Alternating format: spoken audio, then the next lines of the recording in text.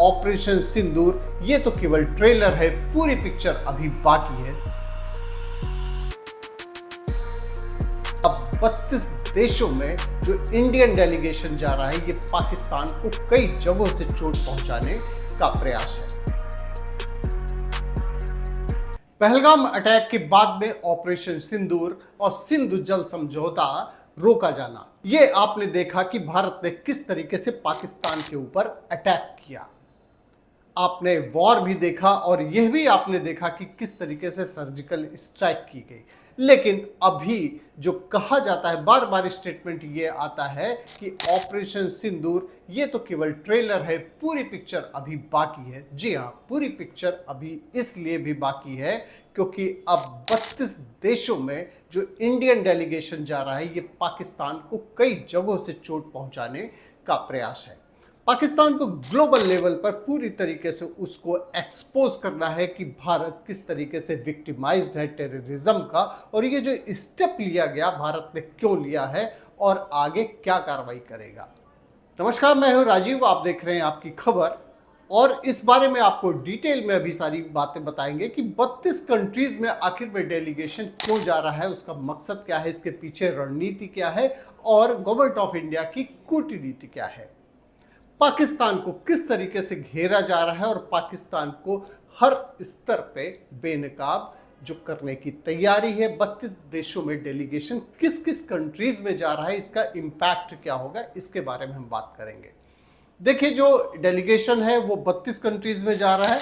जब इसमें कई सारी कंट्रीज आप सुनेंगे तो आपको भी ताज्जुब होगा कि ऐसी सब कंट्रीज में जिसका इम्पैक्ट अभी नहीं कुछ होना है, तो वहाँ क्यों जा रही है डेलीगेशन, क्या उनको बताने का क्या फ़ायदा है। जैसे सियरा लियोने एंड पनामा, ये ऐसी कंट्रीज़ हैं जो डिप्लोमेटिक यहाँ से रिलेशन इंडिया को अपने स्थापित करने हैं, और वहाँ उनको भी ये बताना है कि पाकिस्तान के अगेंस्ट में उनको भी बताया जा सके कि पाकिस्तान कितना भारत को नुकसान पहुँचाता है, जिससे वो भारत के साथ में खड़े हों या न्यूट्रल रहें। देखिए, सबसे बड़ी चीज़ यह है कि जो यहाँ से डेलीगेशन भेजा गया वो पॉलिटिकल लीडर्स का है और डिप्लोमेटिक जो ऑफिसर्स रहे हैं उनका डेलीगेशन है, और इनको कई सारी कंट्रीज़ में भेजा जा रहा है, जिसमें से 32 कंट्रीज़ हैं। जैसे आप कंट्रीज़ के नाम अगर सुनेंगे, US, UK, France, Germany, Saudi Arabia, UAE and Qatar. Middle east nation है, इंडोनेशिया है, मलेशिया, साउथ कोरिया, जापान और एशियन कंट्रीज, इन सब जगहों पे डेलीगेशन जा रहा है। सबसे इंटरेस्टिंग चीज़ ये है कि इसमें Sierra लियोने, Algeria, Panama and guinea, ये इन सब कंट्रीज में भी डेलीगेशन जा रहा है। इसके क्यों जा रहा है? क्योंकि ये नॉन परमानेंट मेंबर्स हैं यूएनएससी के। आप ये समझिए कि जो नॉन परमानेंट मेंबर्स हैं उनका भी रोल इसमें, जो यूनाइटेड नेशन सिक्योरिटी काउंसिल है उसमें, चूंकि पाकिस्तान भी है और 10 कंट्रीज हैं उसमें, जिसमें से एक पाकिस्तान भी है। पहले परमानेंट मेंबर की बात कर लेते हैं। परमानेंट मेंबर जो है China, France, Russian federation, UK and US. आपको यह भी पता है कि चाइना हमेशा से ही पाकिस्तान का सहयोग करता रहा है। 10 जो नॉन परमानेंट मेंबर्स हैं जो 2 साल के लिए किए जाते हैं, उसमें पाकिस्तान भी है नॉन परमानेंट मेंबर, जो कि 2026 तक रहेगा, 17 महीने तक अभी रहना है। तो जाहिर सी बात है कि जब भी मीटिंग्स होगी उसमें पाकिस्तान जो है अपने बातों को रख सकता है, अपने पक्ष को रख सकता है। इसलिए भारत को ये ज़रूरत है कि ग्लोबल लेवल पर अपनी बातों को कन्विंस कर सके और ये बता सके कि जो पहलगाम में अटैक हुआ उसके बाद में ऑपरेशन सिंदूर और सिंधु जो इंडस वाटर ट्रीटी है, जो इसको सस्पेंड किया गया, क्यों किया गया और पाकिस्तान किस तरीके से नरेटिव करता है। देखिए, आज जो वॉर होती है वो केवल कन्वेंशनल नहीं होती है, बहुत कुछ कूटनीति भी होती है। देश को चलाने के लिए कूटनीति का भी सहारा लेना पड़ता है।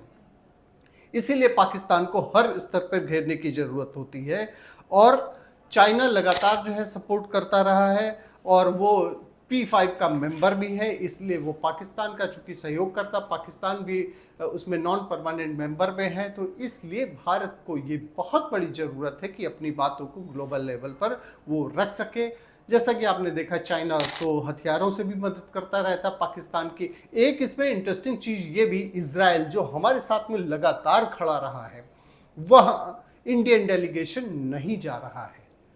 आपको इसके पीछे का जो कारण है वो बताते हैं कि जो इजराइल है वो हमेशा साथ में खड़ा रहता है भारत के, भारत भी उसको सहयोग करता रहता है, लेकिन चूंकि डेलीगेशन जो है उसमें जो और भी नेशंस हैं उसमें जा रहा है, इस वजह से कि जो कंट्रीज़ हैं, अरब कंट्रीज़ हैं, मिडिल ईस्ट के कंट्रीज़ हैं, वहाँ डेलीगेशन जा रहा है, इसलिए इजराइल नहीं जा रहा है, जिससे अपनी बातों को अरब कंट्रीज़ में, मिडिल ईस्ट में अपनी बातों को पूरी मजबूती के साथ रख सके।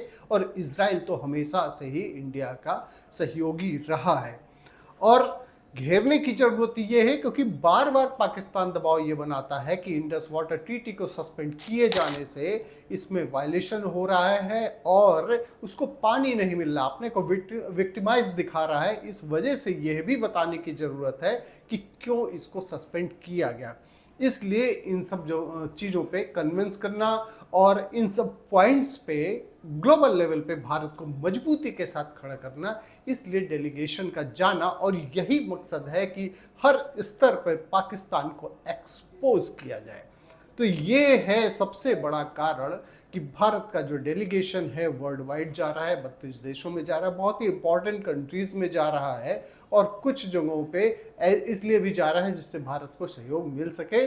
और चाइना नहीं जा रहा है क्योंकि चाइना से ये मालूम है कि चाइना जो P5 का मेंबर भी है, लेकिन वहाँ डेलीगेशन नहीं जा रहा है क्योंकि चाइना हर हाल में पाकिस्तान की ही मदद करता है।